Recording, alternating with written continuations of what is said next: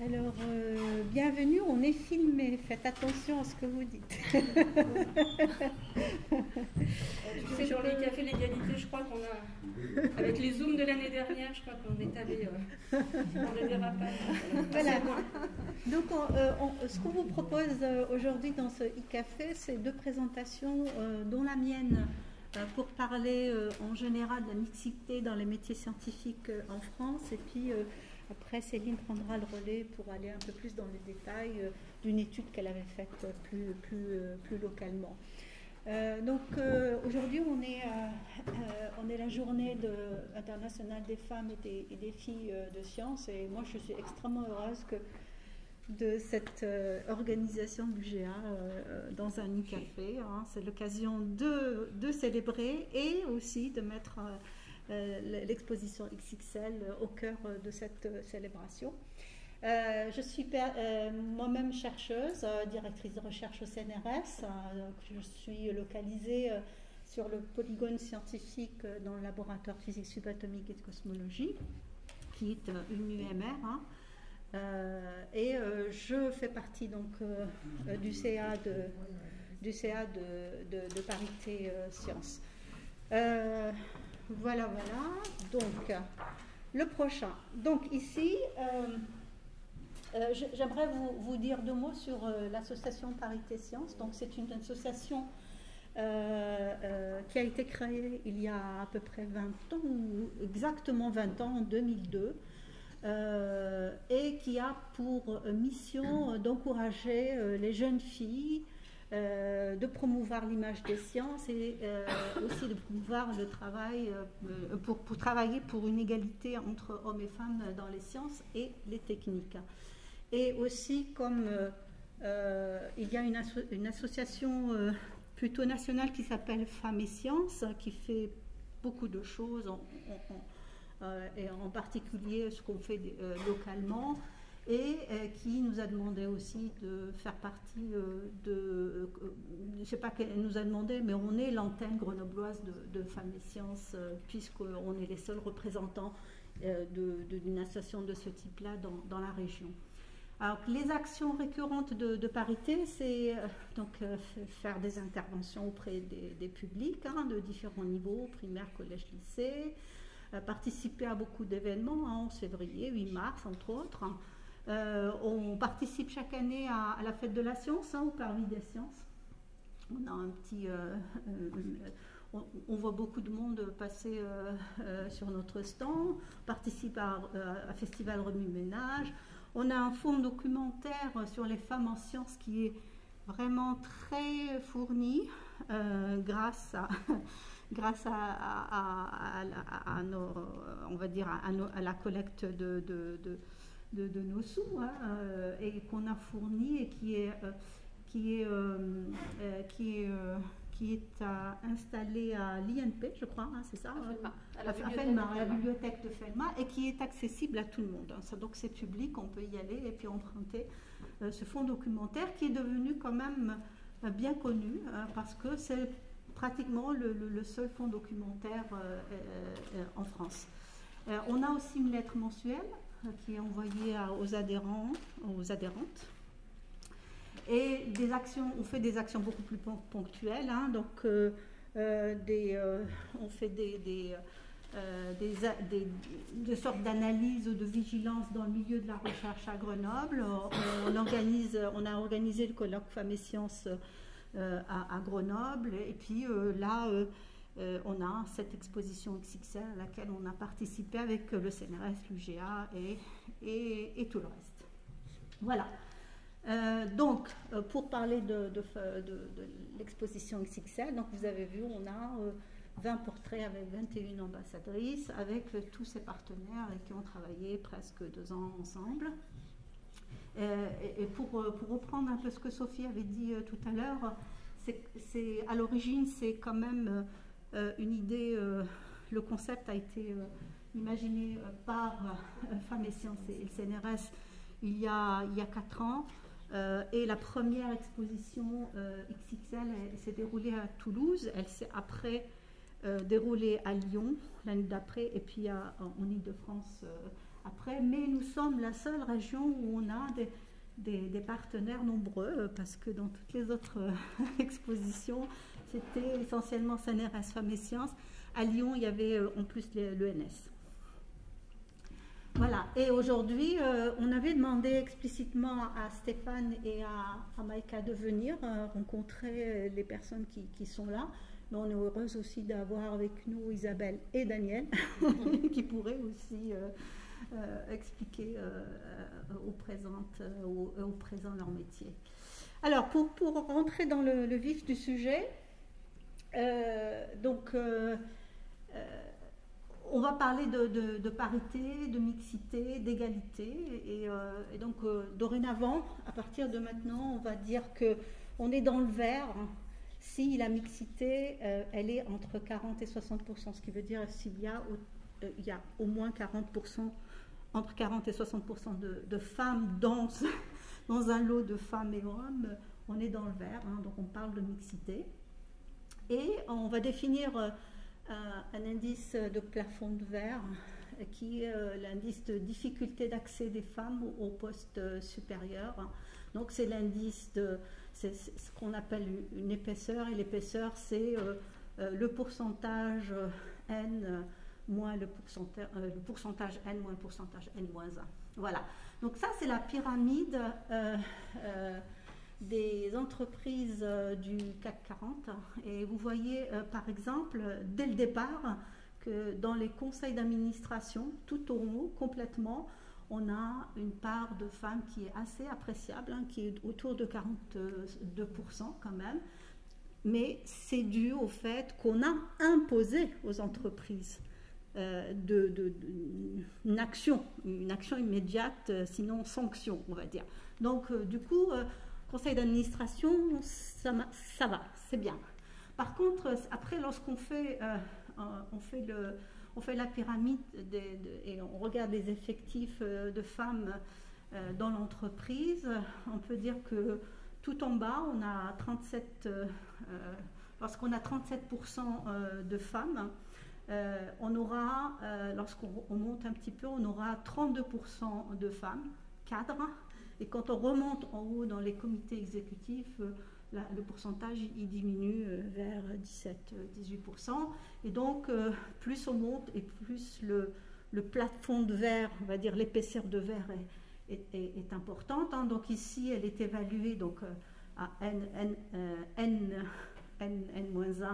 à environ 4. Et ici, lorsqu'on passe de cadre à comité exécutif, on passe à peu près à 16%. Après, on a deux courbes ici qui sont intéressantes. Hein. Donc cette courbe ici à gauche représente la proportion de femmes professeurs en fonction de la proportion de femmes maîtres de conf. Et les couleurs ici en vert, c'est les sciences et techniques. En rouge, c'est les lettres sciences humaines.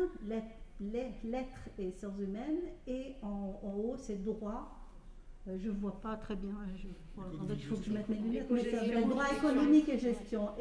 Et le noir, c'est toute discipline confondue. Donc vous pouvez voir par exemple que lorsqu'on fait cette courbe, ici c'est pour les scientifiques, c'est la courbe de la corrélation, ici la pente est à 1. Et on peut voir que pour toute discipline, on n'atteint pas vraiment la mixité. Il y a juste un point rouge ici qui représente les lettres, hein, qui atteint bien la mixité, aussi bien dans la proportion de femmes professeurs que la proportion de maîtres de conf. Après, dans cette courbe, on regarde l'âge des hommes et des femmes. Et donc à gauche, c'est les hommes, et à droite, c'est les femmes. Et en rouge, c'est les professeurs, et en bleu, c'est les maîtres de conf. Et on peut voir ici, on peut l'interpréter globalement, que les hommes, si on prend les hommes, donc la partie gauche, on peut voir des ventres ici, et ces ventres, Ils sont à 35 ans pour les maîtres de conf et à 50 ans pour les hommes. Et quand on regarde la courbe, la distribution de la courbe pour les femmes, elle est beaucoup moins étalée. Il n'y a pas vraiment de courbe parce que voilà, il y a pas, ça ne se comporte pas exactement de la même manière. C'est un petit peu plus étalé dans le temps. Et après, quand on regarde un petit peu en haut, on peut voir que les hommes professeurs partent plus tard à la retraite par rapport aux femmes, et que les maîtres de conf hommes partent à la retraite en même temps que les femmes profs. Donc là, après, l'interprétation, c'est pas moi qui fais cette interprétation, je ne saurais pas la faire, mais c'est une interprétation de Jacqueline, qui est la présidente de Parité, qu'elle pense, elle, interpréter ça comme étant que les hommes ont beaucoup plus de satisfaction dans leur boulot que les femmes. C'est pour ça qu'ils restent plus longtemps avant de partir à la retraite. Et puis ça, c'est... Je travaille avec Jacqueline sur ce sujet. Après, moi, je ne sais pas si j'interpréterais ça comme ça, mais bon, voilà. Après, là, on a un peu les détails qu'on retrouve dans les courbes. Hein. Donc, dans cette courbe-là, les détails, vous les retrouverez dans ce tableau. Et on peut voir donc l'épaisseur de verre pour chacune des disciplines scientifiques, pour les maîtres de conf et pour les PR. Ça, c'est la mixité. Hein. Donc, on peut voir que la mixité est à peu près... voilà, on est dans le green presque partout, sauf en sciences et techniques. Hein. La mixité, elle n'est pas très bonne. Par contre, pour l'épaisseur du plafond de verre, on peut constater que le plafond de verre le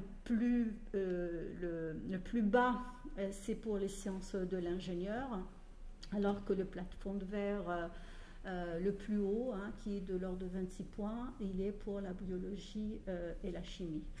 Après, bon, voilà. Bon, les sources, elles sont bien documentées. Hein, donc, c'est les mêmes sources qui sont ici. Bon, on ne voit pas très bien, mais voilà. Il faut nous faire confiance.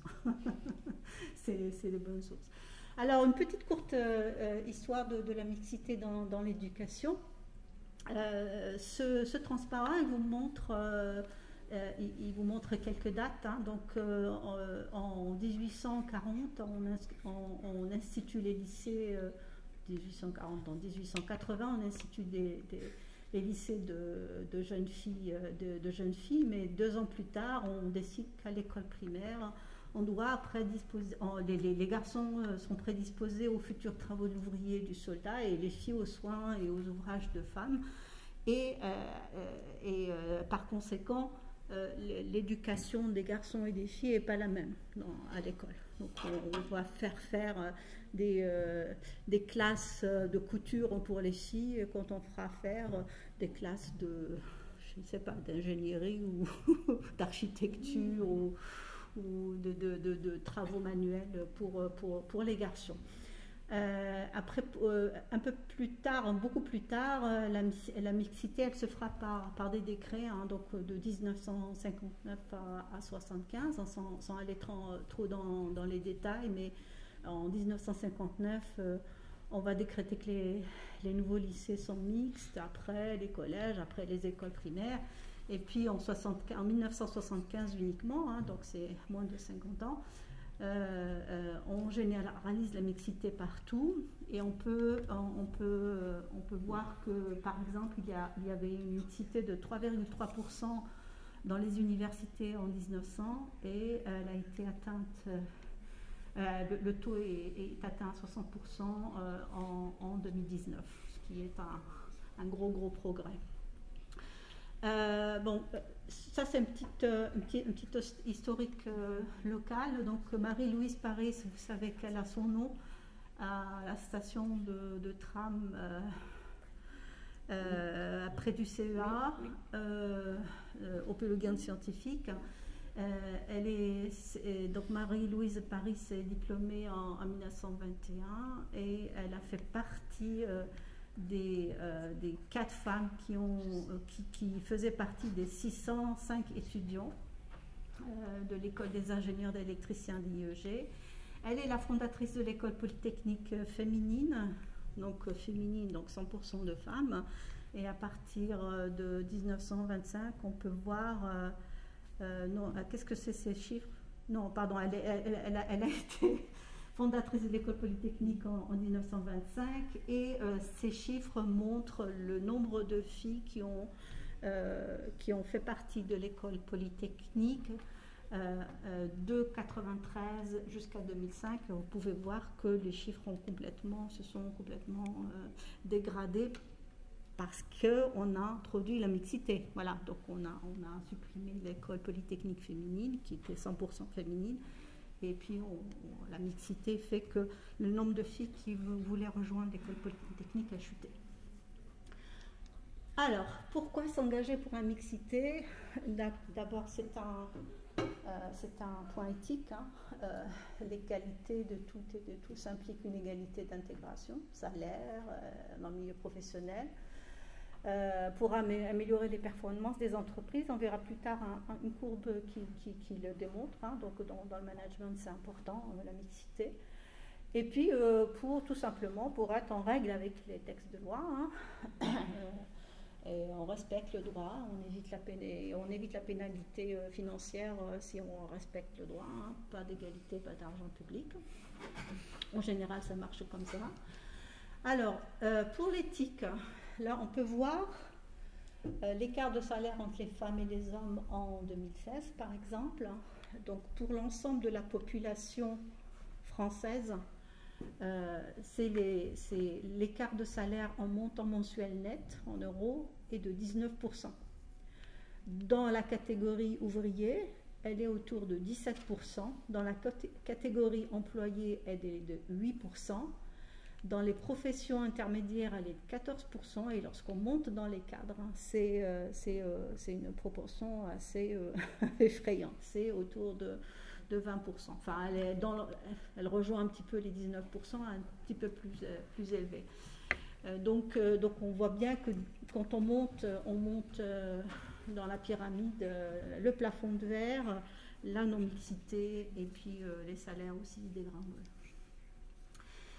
Ce transparent, il vous montre aussi la féminisation dans l'encadrement et la performance économique qui en est déduite. Donc on peut voir dans elles ne sont pas très très claires les planches, mais bon, vous pouvez me croire. Donc ça, c'est la marge opérationnelle 2018 en fonction du pourcentage de femmes cadres. Je vous rappelle que cette partie, on considère entre 40 et 60, c'est la mixité. Et on peut en déduire que la marge opérationnelle des entreprises pour les 60 entreprises de l'échantillon ici, elle est de 17,5% pour tout le monde. Lorsqu'on prend uniquement les 10 entreprises dont l'encadrement est le moins féminisé, la marge opérationnelle, elle est de 10. C'est quand même énorme.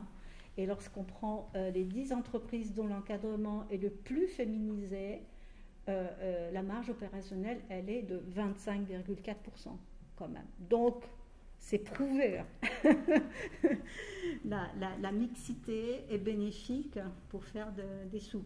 Donc, et vous pouvez trouver ici la source, c'est un rapport de 2020. Donc on va faire ici l'état des lieux, la part des femmes travaillant en recherche en France, ce qui nous intéresse ici à l'université et dans la recherche, dans les universités. Et ici on a nombre d'enseignants-chercheurs, ici les chercheurs, et ça c'est dans les entreprises, nombre de chercheurs qu'il y a dans les entreprises. Donc dans toutes les disciplines de l'université, on a environ 39% d'enseignants-chercheuses. Et dans les sciences de l'ingénieur, 19%.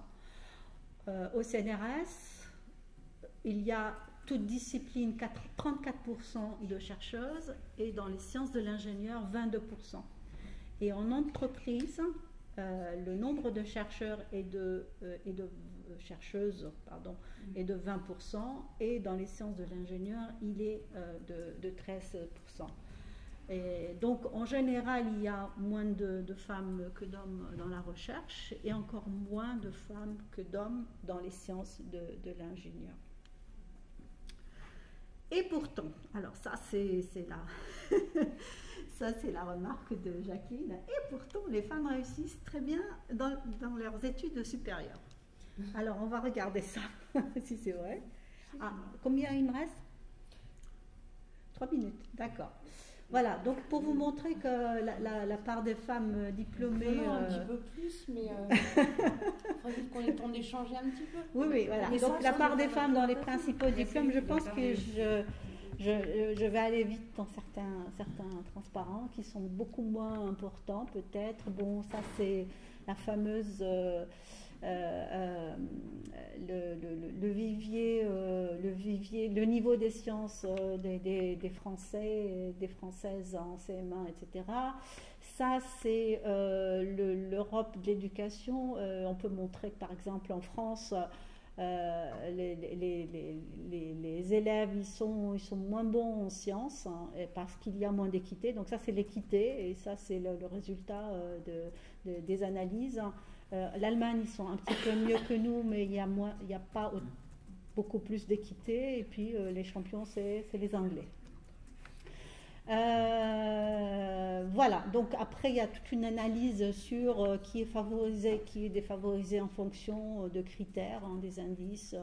Alors ça va du milieu socio-économique au sexe, à la famille, etc. Vous pouvez regarder ça plus tard dans mes slides.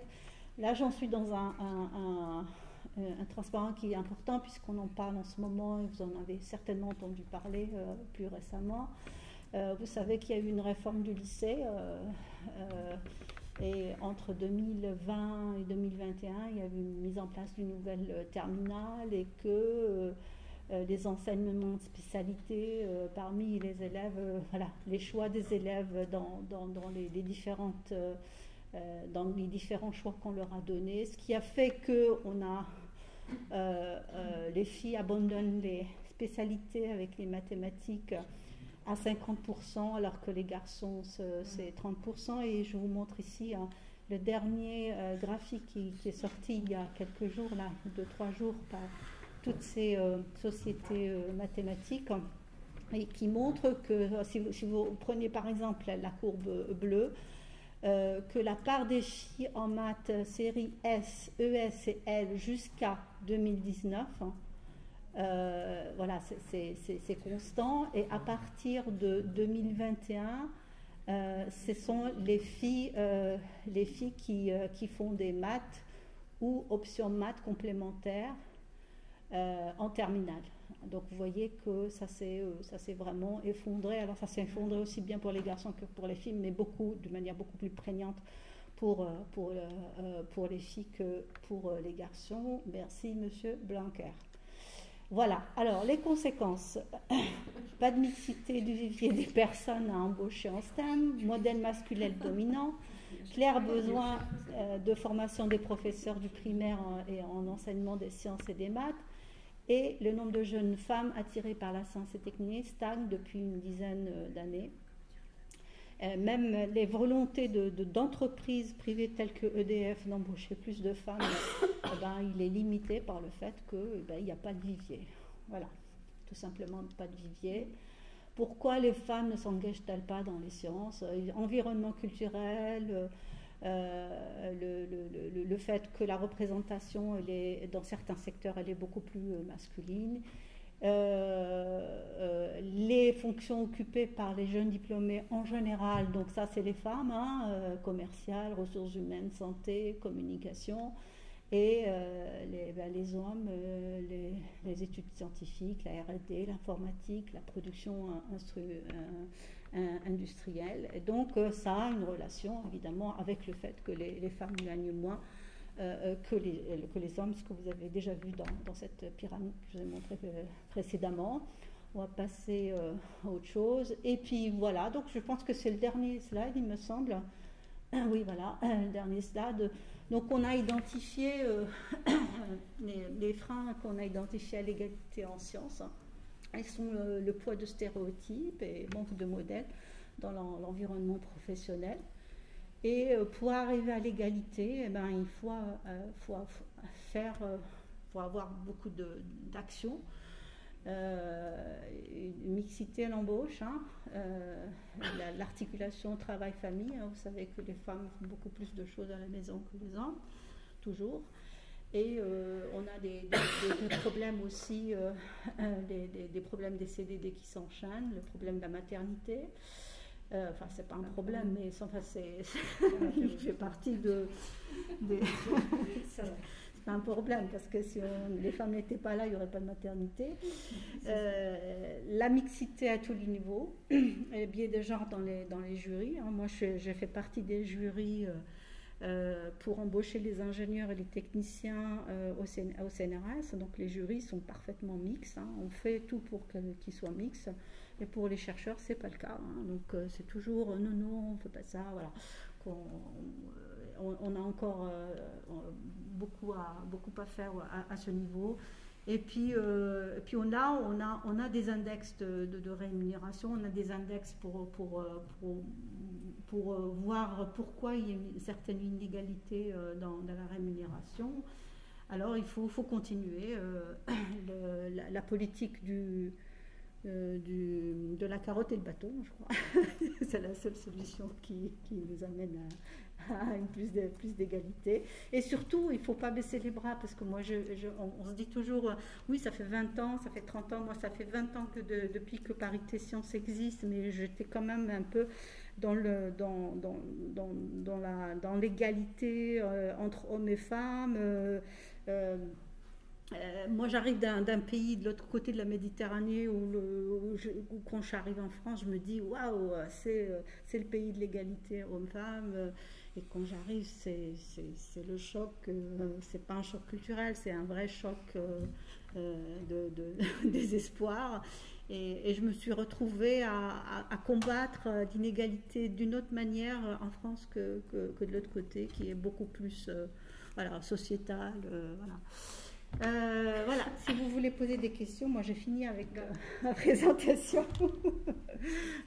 Soit comme tu veux, oui, tu veux enchaîner, Céline. Après, comme ça on est dans le temps et bien des sûr. personnes sont... Vas-y, Céline. Merci, je contribue.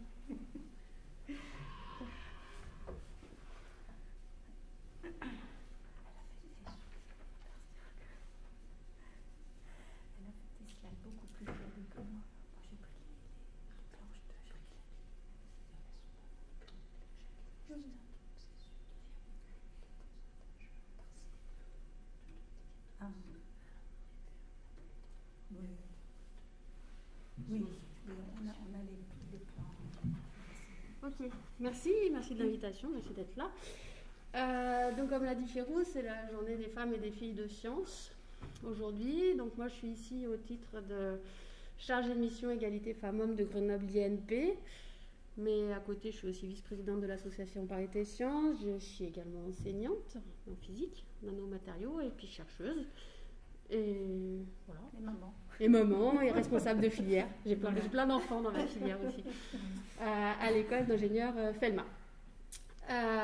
Donc, pourquoi cette journée internationale? Donc, c'est l'ONU qui a créé cette journée internationale en 2015, je crois, ou 2012, je ne sais plus.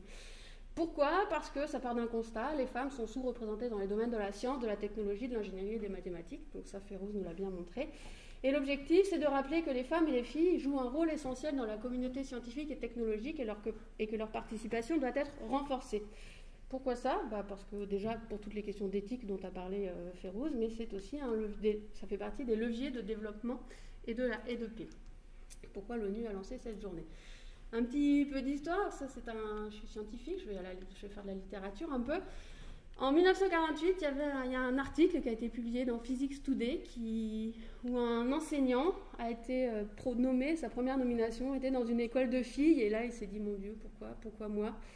Qu'est-ce que j'ai fait de mal dans ma carrière pour être nommé ici? Et finalement il s'est rendu compte que c'était bien, il s'est dit je vais écrire un article, je vous invite à aller le lire parce que c'est quand même assez juste fabuleux ce qu'il y a écrit à l'intérieur, notamment les physiciennes, les étudiantes en physique sont juste aussi capables que les hommes. C'est bien, c'est écrit, c'est dit, c'était en 48. Donc il y a plein d'autres choses qu'il dit, et en fait, à la fin, il dit c'est juste génial, elles sont juste normales en fait, c'est juste des étudiants comme les autres. Mais ça a eu besoin d'être publié en 1948. Aujourd'hui, où est-ce qu'on en est? Ça fait toujours publier ces histoires de genre et de disparité et d'inégalité en sciences, notamment les comités de sélection avec des biais implicites recrutent moins de femmes lorsqu'ils ne reconnaissent pas ces biais, lorsqu'ils disent non, moi j'ai pas de biais, il y a moins de femmes recrutées. Tous les étudiants masculins sont favorisés par rapport aux étudiantes par des biais subtils. Elsevier, éditeur scientifique, publie chaque année un gender report, et dans ce gender report, il démontre que les articles dont les auteurs sont des femmes en premier auteur sont moins cités, dont les correspondants auteurs sont des femmes sont moins cités. Tout ça, c'est bien démontré dans ce papier. Et ça, c'était un article de 2013 dans lequel il démontrait que les femmes recevaient moins de financement pour leurs recherches, leurs articles étaient moins publiés, et donc c'était bien plus compliqué d'avancer dans sa carrière. Donc l'impact des biais de genre, il est présent et il est connu, et c'est largement sourcé dans la littérature. Et ça, c'est le graphique en France de l'évolution de la part des femmes depuis le primaire jusqu'aux positions les plus élevées de l'université, professeurs des universités et directeurs, directrices de recherche. Bien évidemment, primaire, collège, on est à 50%, l'école est obligatoire, donc tout le monde va à l'école. Et à partir de là, la féminisation, pour toute discipline confondue, augmente. Les jeunes femmes vont plus à l'université, passer des diplômes que les hommes. Pour les sciences et techniques, à partir de là, ça décroît.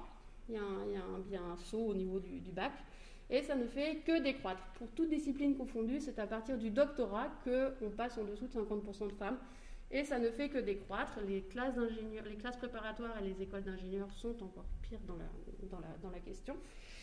Et ce phénomène de décroissance ici, c'est ce qu'on appelle le tuyau percé. Tuyau percé parce que les femmes vont partir d'elles-mêmes, petit à petit, à chaque niveau. Alors le d'elle-même, je vais revenir un peu dessus tout à l'heure. Et le plafond de verre, c'est qu'il y en a qui aimeraient bien continuer à avancer et à rester, mais on les empêche de continuer et d'avancer. Et ces deux effets combinés, c'est ce qu'on appelle la ségrégation verticale, qui se manifeste ici. Donc ça, c'est le graphique national. À Grenoble INP, l'année dernière, on a mené un diagnostic assez poussé pour voir où est-ce qu'on en était. Ah non, tout d'abord, je vous parlais de la mission égalité. Les objectifs de la mission, donc c'est informer, donc intervenir aussi souvent que nécessaire, travailler les résultats du travail que l'on mène, diagnostiquer les situations comparées des femmes et des hommes, analyser les campagnes de recrutement, agir, communiquer, former, travailler autour des VSS, violences sexistes et sexuelles, accompagner, etc. Et donc, pourquoi est-ce qu'on a ce graphique-là? Il y a un certain nombre de sources qui sont reconnues, je ne vais pas vous parler de tout aujourd'hui, mais notamment l'inconscient collectif, qui fait qu'on est dans une situation de patriarcat très largement répandue, l'éducation différenciée pour les garçons et les petites filles, on n'aborde pas l'éducation de la même façon. Au niveau de la carrière, les entretiens, les évaluations, la parentalité, les promotions, augmentations, primes, et le milieu hostile, et tout ça là combiné au niveau de la carrière scientifique et technique, et toutes les carrières en fait, fait cette décroissance. Je reviendrai tout à l'heure sur quelques-uns de ces cas particuliers. Et maintenant, je pense que c'est là, on va voir où est-ce qu'on en est à Grenoble INP. Ah oui, je voulais vous dire, Grenoble INP, c'est quoi? Ce sont des prépas, des écoles d'ingénieurs, des maîtres-maîtresses de conférences, des diplômes HDR, habilitation à diriger les recherches, et des professeurs. Donc en gros, c'est les points roses ici, puis après on on fait les doctorats, et puis on descend ici. Donc notre graphique, où est-ce qu'il est? Eh bien, il est voilà, en prépa, on est à 30%, en école d'ingénieur, on est à 25%, on est un peu plus bas que la moyenne nationale. Doctorant, on est à 30%. Post-doctorant, là, on a une grosse lacune, on a, je pense, un problème dans le recrutement, de gros biais de recrutement au niveau des post-doctorants.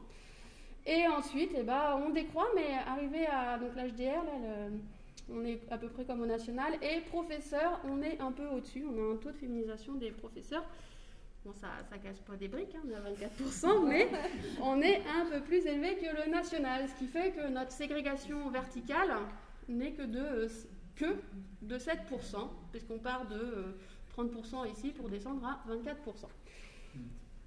Donc globalement, ça bouge pas beaucoup, mais globalement, c'est quand même très bas.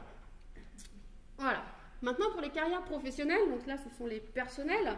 On part de la catégorie C, qui sont les assistants techniciens, les catégories B, techniciens, techniciennes, et ensuite, tout ça, c'est la catégorie A, assistant ingénieur, ingénieur d'études, ingénieur de recherche et cadre dirigeant.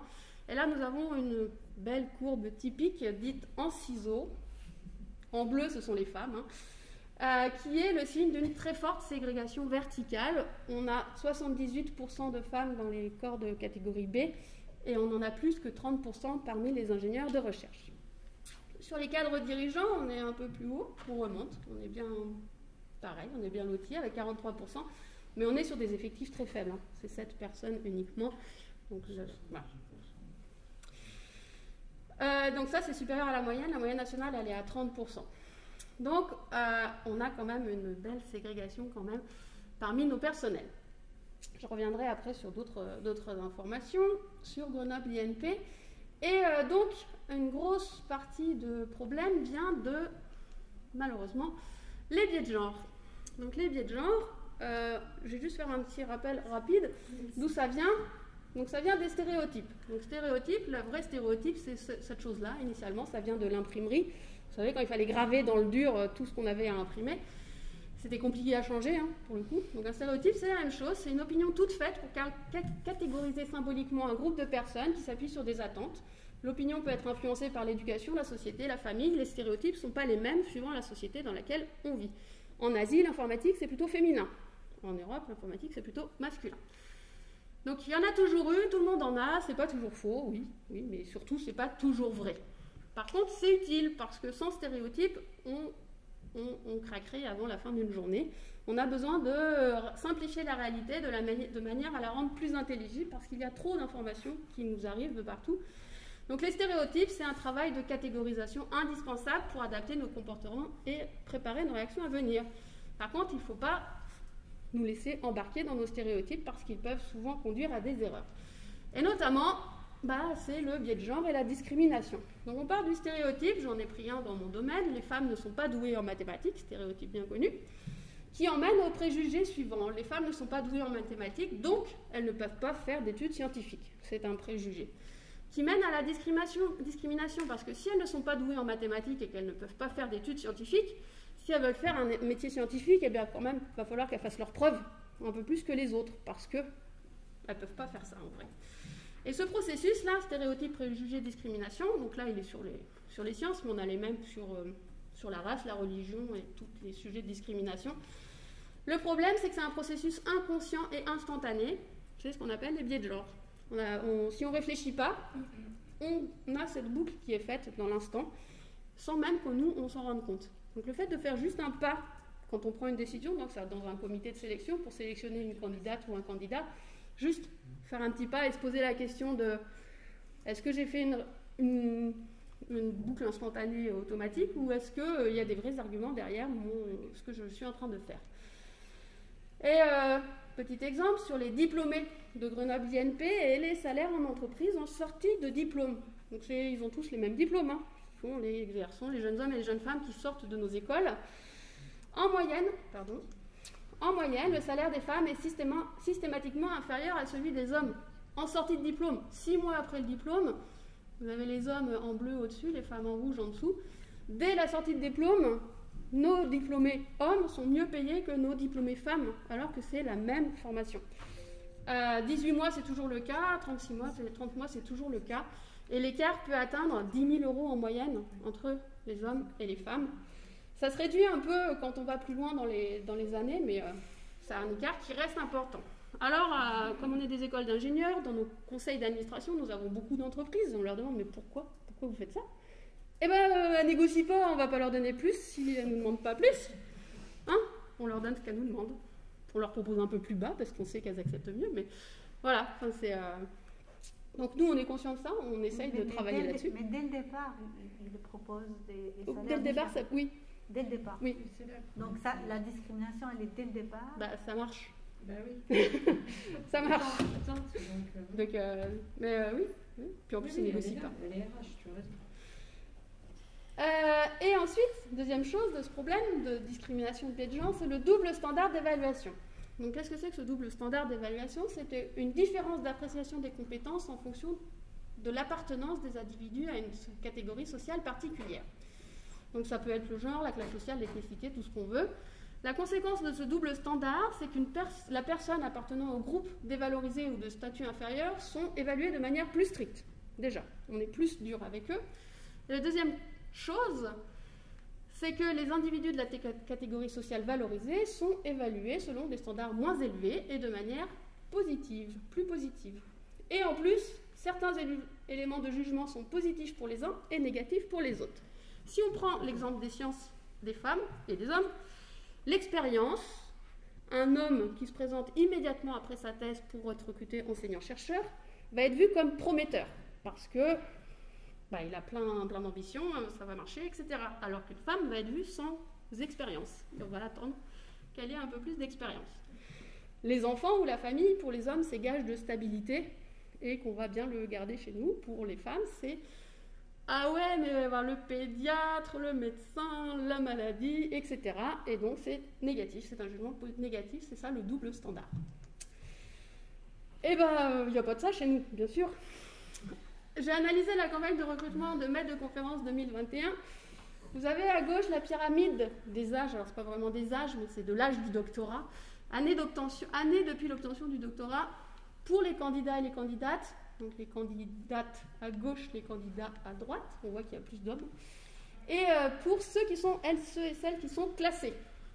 Alors déjà, on constate que les hommes, ils candidatent dès après le doctorat, les femmes aussi. Mais après 8 ans, on n'a quasiment plus de femmes qui candidatent, alors que les hommes, on en a qui candidatent jusqu'à 21 ans après l'obtention du diplôme. Donc ça donne une fenêtre très très large. Parmi les classés, et là on voit que les hommes, il y en a qui sont classés même s'ils ont eu le doctorat dans l'année, alors que les femmes, on a attendu 2 ans. Donc le double standard dont je vous parlais tout à l'heure, on le retrouve chez nous. Alors ça demandera à être confirmé, c'est la première année qu'on fait cette analyse-là, et nos nombres ne sont pas non plus énormes, bien que c'est quand même significatif. Et on avait quand même des candidates, on n'était pas 100 candidates immédiatement après le doctorat. Et donc si vous regardez bien les graphiques, là, ça veut dire que déjà, les femmes candidatent qu'entre 0 et 8 ans après le doctorat, et on se permet de les classer qu'entre 2 et 6 ans après le doctorat. On a une fenêtre de 4 ans pour recruter des femmes, alors que pour recruter les hommes, de 0 à presque une dizaine d'années. Une fenêtre de 10 ans pour recruter les hommes. Donc voilà, les femmes qui ne sont pas recrutées, effectivement, on a un vivier qui est plus faible, mais on a un vivier qui se vide aussi. Donc ça, c'est un exemple de chez nous, un exemple de bien de chez nous. Ensuite, on a le milieu hostile. Tout ce milieu scientifique est un milieu hostile. Pourquoi? La première hostilité, c'est l'excellence. On aime bien parler de l'université de l'excellence de la science. Non, mais si on est bon et qu'on mérite, on va monter, il n'y a pas de problème. La méritocratie, tout à fait, l'excellence, cœur d'une méritocratie sans biais de genre. Sauf qu'il faut savoir que nos indicateurs d'excellence traditionnels, comme le nombre d'articles, la capacité à récupérer des financements, notre facteur d'impact, notre capacité à ce que nos articles soient cités, etc. Tout ça, c'est soumis à des biais de genre. Il y a des articles scientifiques qui démontrent que tous ces indicateurs d'excellence, en fait, ne sont pas équitables, ne sont pas justes entre les hommes et les femmes. Donc en gros, moi je vois ça comme ça, l'excellence c'est la capacité à grimper aux arbres et tout le monde ne peut pas grimper aux arbres, mais tout le monde peut être quand même capable d'être excellent quand même. Donc ça, rien que ça, le fait d'entendre toujours parler de la méritocratie sans biais de genre et de l'excellence, quelque part c'est un facteur d'hostilité. Les violences sexistes et sexuelles sont un autre facteur d'hostilité qu'on rencontre à l'université. Donc quand on dit violences sexistes et sexuelles, souvent on entend viol, on entend harcèlement, on entend tout ça. Ça, c'est la partie immergée de l'iceberg. C'est les choses les plus violentes et les plus qu'on condamne le plus facilement. Mais il faut savoir que ce n'est pas ces situations-là qui amènent la majorité des femmes à quitter, donc le fameux tuyau percé, là où on s'en va petit à petit. Ce sont un ensemble de discriminations plus subtiles qui conduisent à des départs volontaire entre guillemets, parce qu'on aimerait bien rester, mais au bout d'un moment, des fois, on se dit je vais peut-être aller voir ailleurs, ça se passera mieux pour moi là-bas. Pourquoi? Parce que tout ça, c'est démontré aussi, les femmes subissent au jour le jour dans les milieux scientifiques et techniques, et pas que scientifiques et techniques d'ailleurs, des exclusions subtiles, des oublis d'être mis en copie de certains emails, ne pas être invité à collaborer. Après, les autres rentrent dans une hostilité plus marquée. Mais le fait qu'on nous oublie d'être dans des mails, ou qu'on ne nous invite pas à collaborer, ou que nos résultats scientifiques sont subrepticement repris pour être mis à l'avantage d'un collègue masculin, tout ça, au bout d'un moment, on se dit fouf. Et donc, je vous invite à regarder ce film, Picture a Scientist. Il est actuellement sur Netflix. Il présente ça très très bien. C'est très, très, très éloquent, en fait, sur toutes ces discriminations subtiles.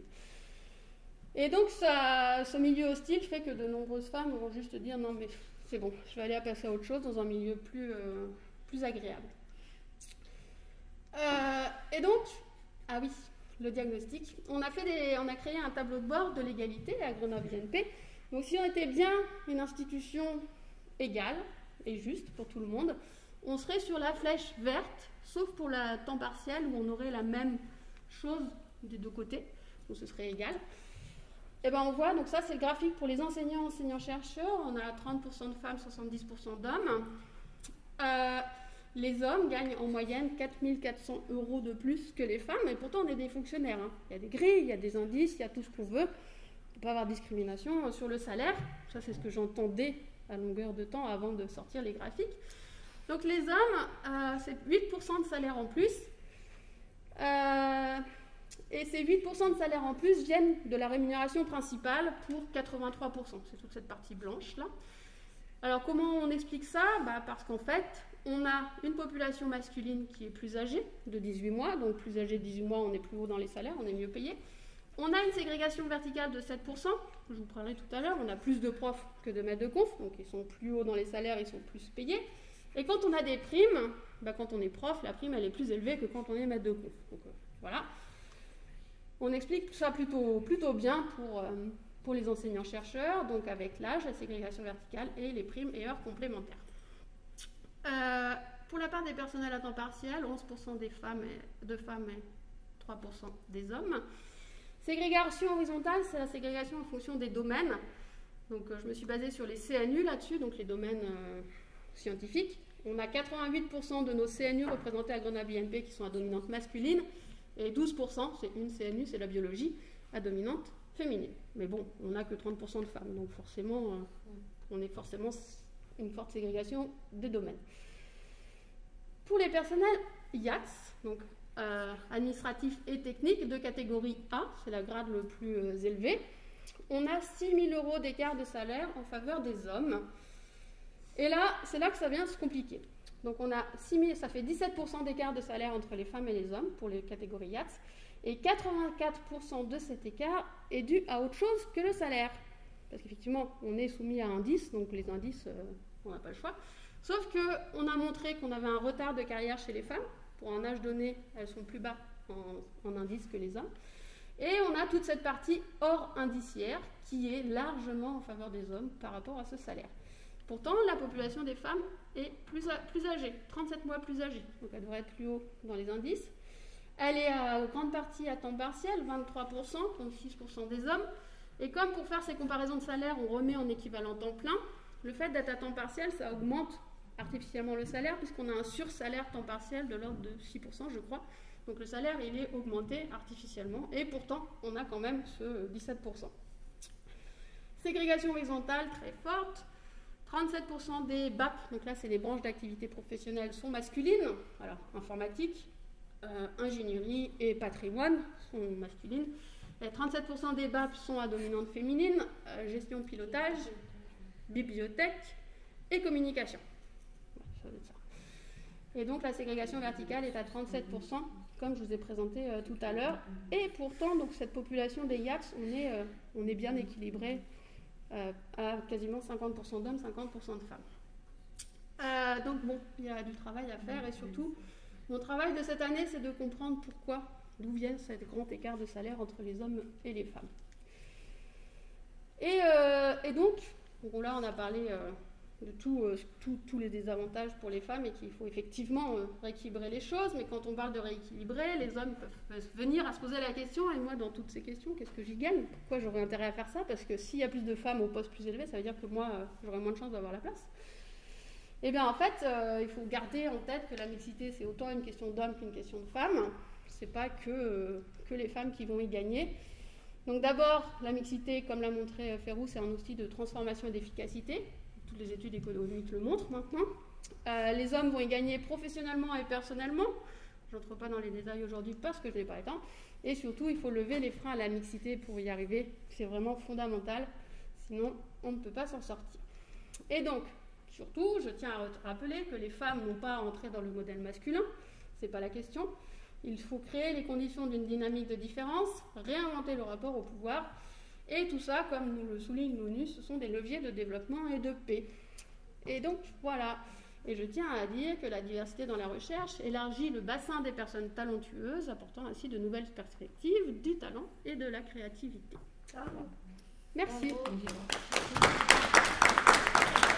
Et donc, si on a des questions, Férouz peut revenir pour les questions.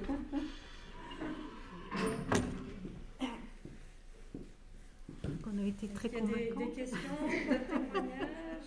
Des questions de témoignages, des remarques, affligeants qu'on voit tous les jours. Des oppositions.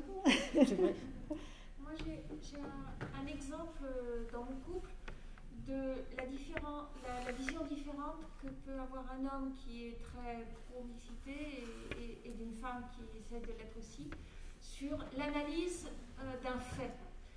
J'avais vu dans un article que les concours de conservatoire de musique, notamment de piano en Angleterre, ils s'étaient aperçus qu'ils avaient un biais de genre parce qu'ils avaient une certaine proportion de filles et de garçons qui se présentaient, et au final, ils primaient beaucoup plus de garçons que de filles, et donc ils se sont dit c'est bizarre, il y a un biais de genre.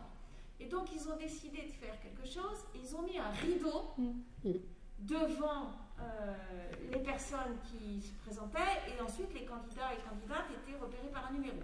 Si bien que les membres du jury n'étaient pas capables de savoir si c'était une fille ou un garçon, et là brusquement, le biais de genre s'est beaucoup réduit. J'en parle à mon compagnon et je lui dis, t'as vu quand même, c'est quand même incroyable. Et il me dit, ah oui quand même, franchement les filles elles sont vraiment stupides de ne pas se présenter. Donc son interprétation à partir du même fait, il est complètement différente de la mienne. Moi je me suis dit, les membres du jury avaient effectivement un biais de genre, on a trouvé une méthode intelligente pour lever ce biais de genre et maintenant ça va mieux.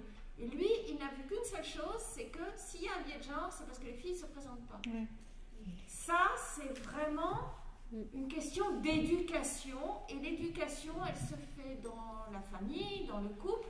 Donc si les filles n'osent pas se présenter, alors que les garçons n'ont pas peur de se présenter, même si en fait, expérience demandée, ils disent bon, moi je sors de mon diplôme, donc j'y vais quand même, c'est que nous, en tant que parents, hommes et femmes, on ne les éduque pas pareil. Donc là, ce que tu dis, ça se retrouve un petit peu, enfin certains d'entre vous qui êtes au CNRS, vous recevez un message chaque année du directeur, je ne sais plus, le gars Alain Choul. Antoine Petit ou Alain Choul qui vous dit les filles candidatez, ne vous censurez pas pour les promotions, etc. Mais à la fin, le résultat est le même de toute façon. Donc c'est un peu ça que tu dis, c'est que... je ne sais pas, pour la laine d'Antoine Petit, moi je l'ai reçue comme toutes les femmes au CNRS. Je réfléchissais déjà, je m'étais déjà présentée 2 fois, je m'étais fait bouler, ok.